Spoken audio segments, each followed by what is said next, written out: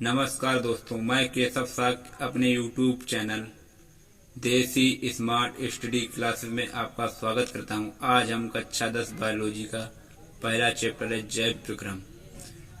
जैव प्रक्रम चैप्टर पूरा एक ही वीडियो में पढ़ेंगे। चलिए बच्चों, देर ना करते हुए देखते हैं जैव क्रियाएं। सजीवों में होने वाली प्रक्रियाओं को जैव क्रियाएं कहते हैं, जैसे पोषण, श्वसन, उत्सर्जन, जनन आदि। ये क्रियाएं एंजाइम्स की सहायता से समान ताप पर होती हैं।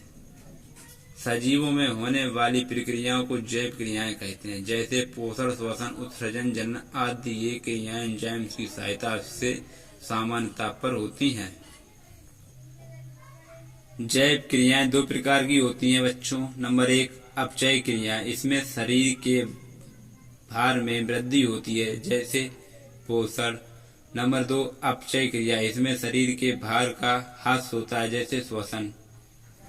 अपचय क्रिया में शरीर के भार में वृद्धि होती है बच्चों, जैसे पोषण हो गया इसका। अपचय क्रिया में बच्चों इसमें शरीर के भार का ह्रास होता है, जैसे श्वसन। अब हम पढ़ेंगे बच्चों पोषण। पोषण क्या होता है? सभी जीवों को विभिन्न कार्यों के लिए आवश्यक ऊर्जा भोजन से प्राप्त होती है। सभी जीवों को विभिन्न कार्यों के लिए आवश्यक ऊर्जा भोजन से प्राप्त होती है। इसके अतिरिक्त शरीर में टूट फूट की मरम्मत तथा कोशिका द्रव्य संश्लेषण के लिए आवश्यक पोषण तत्व भोजन से प्राप्त होते हैं। भोजन ग्रहण करना, इसका पाचन, अवशोषण तथा स्वांगीकरण पोषण कहलाता है। पोषण दो प्रकार के होते हैं बच्चों। नंबर 1, स्वपोषी पोषण। नंबर 2, परपोषी पोषण। स्वपोषी पोषण देखिए बच्चों, जब जीवधारी अपने लिए कार्बनिक भोज्य पदार्थों का संश्लेषण अकार्बनिक पदार्थों से स्वयं कर लेते हैं, स्वपोषी कहलाते हैं। जैसे हरे पादप से भोजन प्राप्त करने की क्रिया स्वपोषी पोषण कहलाती है। नंबर 2 बच्चों देखिए, परपोषी पोषण। पर्णहरिण के अभाव या कमी में प्राणी अपने भोज्य पदार्थों का संश्लेषण स्वयं नहीं कर पाते। ये विभिन्न प्रकार से प्रत्यक्ष तथा परोक्ष रूप से हरे पादपों से भोजन प्राप्त करते हैं। इसे परपोषी पोषण कहते हैं, जैसे प्राणी, कवक, जीवाणु आदि। परपोषी पोषण के उदाहरण हैं बच्चों। अब देखते हैं बच्चों भोजन ऊर्जा का स्रोत। हरे पौधों प्रकाश संश्लेषण प्रक्रिया में प्रकाश ऊर्जा को रासायनिक ऊर्जा में बदलकर कार्बनिक पदार्थों में संचित कर देते हैं। कार्बनिक पदार्थों का उपयोग जीवधारी भोजन के रूप में करते हैं, अतः भोजन ऊर्जा का स्रोत है। भोजन ऊर्जा का स्रोत। हरे पौधे प्रकाश संश्लेषण प्रक्रिया द्वारा प्रकाश ऊर्जा को रासायनिक ऊर्जा में बदलकर कार्बनिक पदार्थों में संचित कर देते हैं। कार्बनिक पदार्थों का उपयोग जीवधारी भोजन के रूप में करते हैं, अतः भोजन ऊर्जा का स्रोत है। बच्चों जो भोजन है वो जीवधारी के लिए आवश्यक है। इसके निम्नलिखित कार्य भी हैं भोजन के, देखते हैं बच्चों। नंबर 1 देखिए बच्चों, ऊर्जा की आपूर्ति। जैविक कार्यों में व्यय होने वाली ऊर्जा की पूर्ति भोजन के ऑक्सीकरण से होती है। ऊर्जा उत्पादन हेतु कार्बोहाइड्रेट्स कोष्ठक के अंदर ग्लूकोज का उपयोग होता है। वसा में कार्बोहाइड्रेट्स की तुलना में अधिक ऊर्जा मुक्त होती है। कहने का तात्पर्य है बच्चों की जैविक कार्यों में व्यय या खर्च होने वाली ऊर्जा की पूर्ति भोजन के ऑक्सीकरण से होती है। ऊर्जा उत्पादन हेतु कार्बोहाइड्रेट ग्लूकोज का उपयोग होता है। वसा में कार्बोहाइड्रेट की तुलना में अधिक ऊर्जा मुक्त होती है। नंबर 2 देखिए बच्चों, शरीर की वृद्धि। पचे हुए भोज्य पदार्थों के स्वांगीकरण से जीव द्रव्य की मात्रा में वृद्धि होती है, जिसके फलस्वरूप जीवधारियों में वृद्धि होती है। शरीर वृद्धि में प्रोटीन, खनिज, लवण, विटामिन आदि महत्वपूर्ण भूमिका निभाते हैं। नंबर 2 देखिए बच्चों द्वारा से पचे हुए भोज्य पदार्थों के स्वांगीकरण से जीव द्रव्य की मात्रा में वृद्धि होती है, जिसके फलस्वरूप जीवधारियों में वृद्धि होती है। शरीर वृद्धि में प्रोटीन, खनिज, लवण, विटामिन आदि महत्वपूर्ण भूमिका निभाते हैं। नंबर 3 देखिए बच्चों, संतुलित भोजन स्वास्थ्यवर्धक होता है। यह शरीर की प्रतिरोध शक्ति को बढ़ाता है। भोजन अवयव प्रोटीन, खनिज, लवण आदि इस कार्य के लिए अत्यंत महत्वपूर्ण पोषण तत्व हैं। संतुलित भोजन स्वास्थ्यवर्धक होता है। यह शरीर की प्रतिरोधक शक्ति को बढ़ाता है।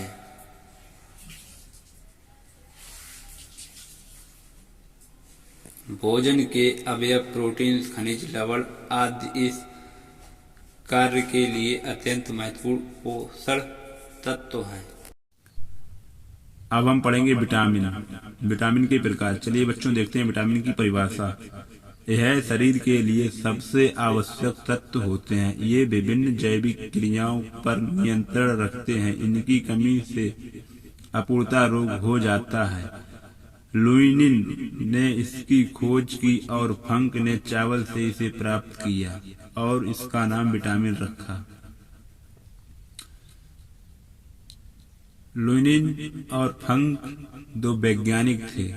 लुईनिन ने इसकी खोज की और फंक ने इसे चावल से प्राप्त किया और इसका नाम विटामिन रखा। बच्चों जो विटामिन होता है यह शरीर के लिए सबसे आवश्यक तत्व होते हैं। ये विभिन्न जैविक क्रियाओं पर नियंत्रण रखते हैं। इनकी कमी से अपूर्णता रोग हो जाता है। लुईनिन ने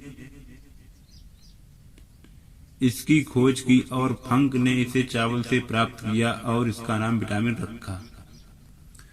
विटामिनों को दो भागों में बांटा जा सकता है या बांट सकते हैं।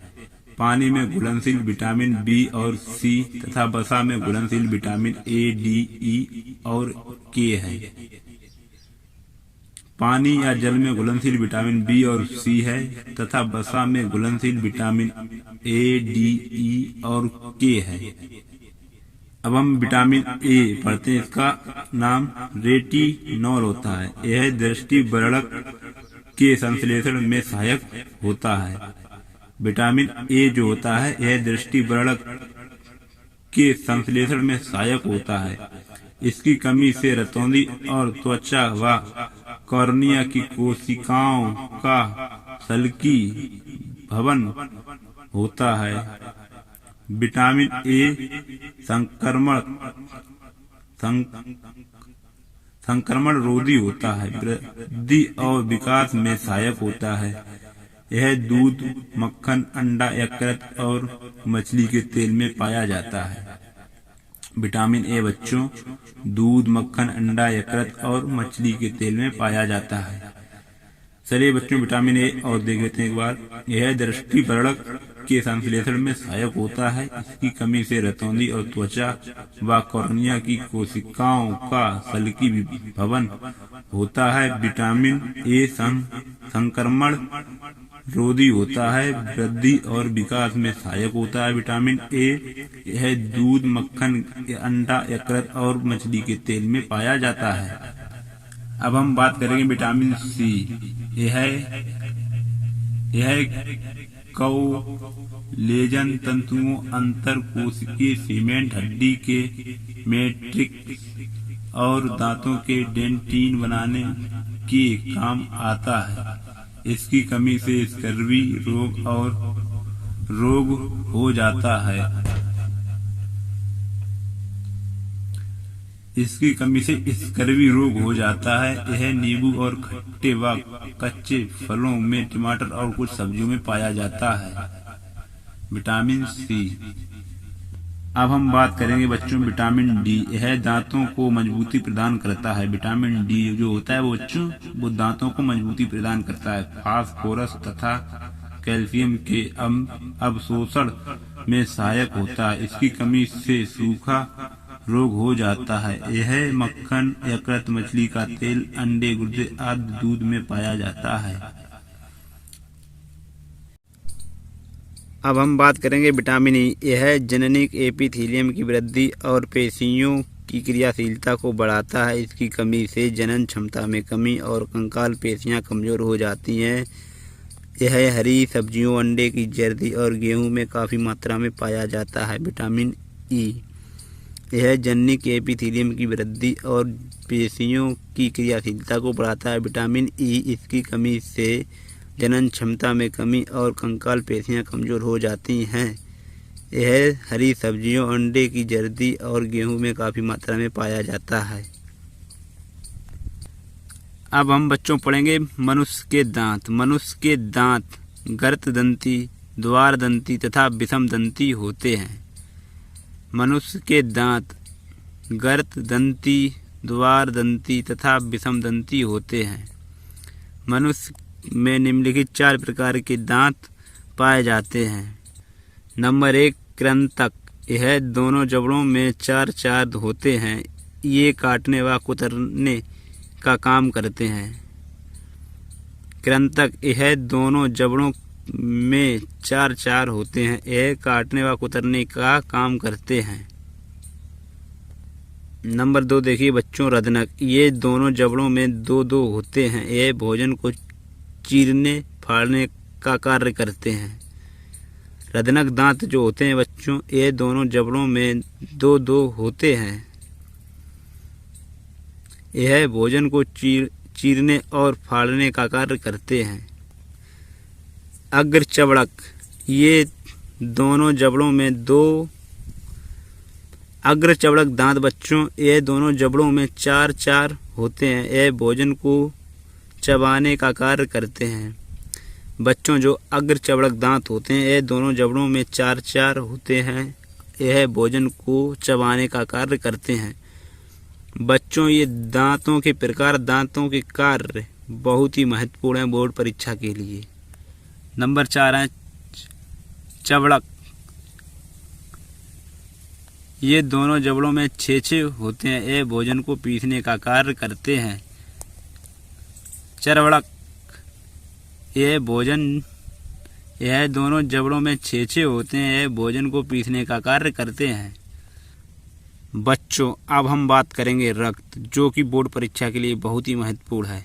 रक्त एक तरल संयोजी ऊतक होता है। मनुष्य का रक्त लाल रंग, जल से कुछ भारी चिपचिपा सा, स्वाद में नमकीन सा, कुछ क्षारीय अपारदर्शी पदार्थ होता है, जिसका पीएच मान 7.3 से लेकर 7.5 तक होता है। मानव शरीर में रक्त की मात्रा शरीर के भार का लगभग 7 से 8% होता है। बच्चों देखिए रक्त की परिभाषा दोबारा, बिल्कुल ऐसे ही लिखना है सटीक भाषा में। रक्त एक तरल संयोजी ऊतक होता है। मनुष्य का रक्त लाल रंग, जल से कुछ भारी चिपचिपा सा, स्वाद में नमकीन सा, कुछ क्षारीय अपारदर्शी पदार्थ होता है, जिसका पीएच मान 7.3 से लेकर 7.5 तक होता है। मानव शरीर में रक्त की मात्रा शरीर के भार का लगभग 7 से 8% भाग होता है। रक्त के 2 भाग होते हैं बच्चों। नंबर 1 प्लाज्मा, नंबर 2 रक्त कणिकाएं। प्लाज्मा देखते हैं बच्चों, यह रक्त का लगभग 50 से 60% भाग बनाता है। जो बच्चों प्लाज्मा होता है, यह रक्त का 50 से 60% भाग बनाता है रक्त का। यह हल्के पीले रंग का क्षारीय पारदर्शी निर्जीव तरल होता है। इसमें लगभग 90% जल तथा शेष 10% में अकार्बनिक तथा कार्बनिक पदार्थ पाए जाते हैं। बच्चों जो प्लाज्मा होता है ना, यह रक्त का लगभग 50 से 60% भाग बनाता है। यह हल्के पीले रंग का क्षारीय पारदर्शी निर्जीव तरल है। इसमें लगभग 90% जल तथा शेष 10% में अकार्बनिक तथा कार्बनिक पदार्थ पाए जाते हैं। नंबर 2 देखिए बच्चों रक्त की कणिकाएं। यह रक्त का लगभग 40 से 50% होती हैं। ये रक्त का लगभग 40 से 50% होती हैं। रक्त कणिकाएं 3 प्रकार की होती हैं बच्चों। नंबर 1 लाल रक्त कणिकाएं, नंबर 2 श्वेत रक्त कणिकाएं, नंबर 2 श्वेत रक्त कणिकाएं, नंबर 3 बच्चों स्पंडल कणिकाएं, नंबर 3 है बच्चों स्पंडल कणिकाएं। अब हम बात करेंगे लाल रक्त कणिकाएं, जिसे अंग्रेजी में RBC कहते हैं, रेड ब्लड सेल्स। इसकी खोज ल्यूवेनहॉक ने की थी। यह संख्या में सर्वाधिक तथा आकार में सबसे छोटी होती है। इसकी संख्या 5 मिलियन होती है। इसका जीवन काल 120 दिन का होता है। इसका आकार पेड़े के आकार का होता है। लाल रक्त कणिकाओं का निर्माण अस्थिमज्जा में होता है। यह प्लीहा में जाकर स्टोर होता है तथा वहीं जाकर मरता भी है, क्योंकि इसमें लाइकोसोम नहीं पाया जाता है। RBC में हीमोग्लोबिन नामक वर्णक पाया जाता है, जिसके कारण रक्त का रंग लाल होता है। चलिए बच्चों, RBC या लाल रक्त कणिकाओं के बारे में दोबारा से पढ़ते हैं। इसकी खोज ल्यूवेनहॉक ने की थी। यह संख्या में सर्वाधिक तथा आकार में सबसे छोटी होती है। इसकी संख्या लगभग 5 मिलियन होती है। इसका जीवन काल 120 दिन का होता है। इसका आकार पेड़े के आकार का होता है। लाल रक्त कणिकाओं का निर्माण अस्थिमज्जा में होता है। यह प्लीहा में जाकर स्टोर होता है तथा वहीं जाकर मरता भी है, क्योंकि इसमें लाइसोसोम नहीं पाया जाता है। RBC में हीमोग्लोबिन नामक वर्णक पाया जाता है, जिसके कारण रक्त का रंग लाल होता है। अब हम बात करेंगे नंबर 2 श्वेत रक्त कणिकाएं, WBC व्हाइट ब्लड सेल्स। यह अनियमित आकार की केंद्रक युक्त कणिकाएं होती हैं। यह अनियमित आकार की केंद्रक युक्त कणिकाएं होती हैं। इनकी औसत संख्या 7 से 8 हजार प्रति घन मिमी होती है। यह रंगीन होती हैं। इसमें हीमोग्लोबिन का अभाव होता है या कमी होती है। यह 1 या 2 दिन ही जीवित रहती हैं। श्वेत रक्त कणिकाएं, यह अनियमित आकार की केंद्रक युक्त कणिकाएं होती हैं। इनकी औसत संख्या 7 से 8 हजार प्रति घन मिमी होती है। यह रंगीन होती हैं। इसमें हीमोग्लोबिन का अभाव होता है। यह 1 या 2 दिन ही जीवित रहती हैं। बच्चों, अब हम बात करेंगे रक्त के कार्य। रक्त ऑक्सीजन, कार्बन डाइऑक्साइड, पोषक पदार्थों, उत्सर्जी पदार्थ, हार्मोन्स आदि का वितरण करती है। बच्चों, जो रक्त होता है यह रक्त ऑक्सीजन, कार्बन डाइऑक्साइड, पोषक पदार्थों, उत्सर्जी पदार्थ, हार्मोन्स आदि का वितरण करती हैं। नंबर 2 श्वेत रक्त कणिकाएं जीवाणु आदि हानिकारक पदार्थों का भक्षण करके शरीर की सुरक्षा करती हैं। श्वेत रक्त कणिकाएं जीवाणु आदि हानिकारक पदार्थों का भक्षण करके शरीर की सुरक्षा करती हैं। श्वेत रक्त कणिकाएं प्रतिरक्षी का निर्माण करके प्रतिजन को नष्ट करके शरीर की सुरक्षा करती हैं। श्वेत रक्त कणिकाएं प्रतिरक्षी का निर्माण करके प्रतिजन को नष्ट करके शरीर की रक्षा करती हैं। नंबर 4 रक्त शरीर के ताप तथा अंतः वातावरण को सामान्य बनाए रखता है। नंबर 5 रक्त का थक्का बनाकर यह रक्त हानि को रोकता है। रक्त का थक्का बनाकर यह रक्त हानि को रोकता है। बच्चों, अब हम बात करेंगे हीमोग्लोबिन। यह बोर्ड परीक्षा में हर बार पूछा जाता है। तो देखिए बच्चों, हीमोग्लोबिन एक प्रकार लौह युक्त प्रोटीन है। इसका निर्माण लौह युक्त वर्णक हीम तथा ग्लोबिन प्रोटीन से होता है। हीमोग्लोबिन वायु की ऑक्सीजन से मिलकर एक अस्थायी यौगिक ऑक्सी हीमोग्लोबिन बनाता है। ऑक्सी हीमोग्लोबिन रक्त द्वारा शरीर के ऊतकों में पहुंचता है अतः हीमोग्लोबिन शोषण में सहायता करता है। हीमोग्लोबिन एक प्रकार का लौह युक्त प्रोटीन होता है। इसका निर्माण लौह युक्त वर्णक हीम तथा ग्लोबिन प्रोटीन से होता है। हीमोग्लोबिन वायु की ऑक्सीजन से मिलकर एक अस्थायी यौगिक ऑक्सी हीमोग्लोबिन बनाता है। ऑक्सी हीमोग्लोबिन रक्त द्वारा शरीर के ऊतकों में पहुंचता है अतः हीमोग्लोबिन शोषण में सहायता करता है। अब हम बात करेंगे प्रोटीन। प्रोटीन अमीनो अम्ल के बहुलक होते हैं। यह जीव द्रव्य का मुख्य भाग बनाते हैं। प्रोटीन का निर्माण कार्बन, हाइड्रोजन, ऑक्सीजन तथा नाइट्रोजन से होता है। इसके अतिरिक्त इसमें सल्फर, फास्फोरस, आयरन, हीमो, मैग्नीशियम आदि तत्व भी भाग ले सकते हैं। प्रोटीन बच्चों देखते हैं। प्रोटीन अमीनो अम्लों के बहुलक होते हैं। यह जीव द्रव्य का मुख्य भाग बनाते हैं। प्रोटीन्स का निर्माण कार्बन, हाइड्रोजन, ऑक्सीजन तथा नाइट्रोजन से होता है। इसके अतिरिक्त इसमें सल्फर, फास्फोरस, आयरन, मैग्नीशियम आदि तत्व भी भाग ले सकते हैं। अब बच्चों हम बात करेंगे एंजाइम। यह प्रोटीन युक्त कार्बनिक पदार्थ है। सामान्यतः एंजाइम्स सरल घुलनशील प्रोटीन से बने होते हैं। कुछ एंजाइम संयुक्त होते हैं। बच्चों यह एंजाइम्स की परिभाषा है। यह प्रोटीन युक्त कार्बनिक पदार्थ है। सामान्यतः एंजाइम सरल घुलनशील प्रोटीन से बने होते हैं। कुछ एंजाइम संयुक्त होते हैं। बच्चों अब हम बात करेंगे रुधिर वाहिनियाँ। रुधिर वाहिनियों में रक्त प्रवाहित होता है, उसे हम रुधिर वाहिनियाँ कहते हैं।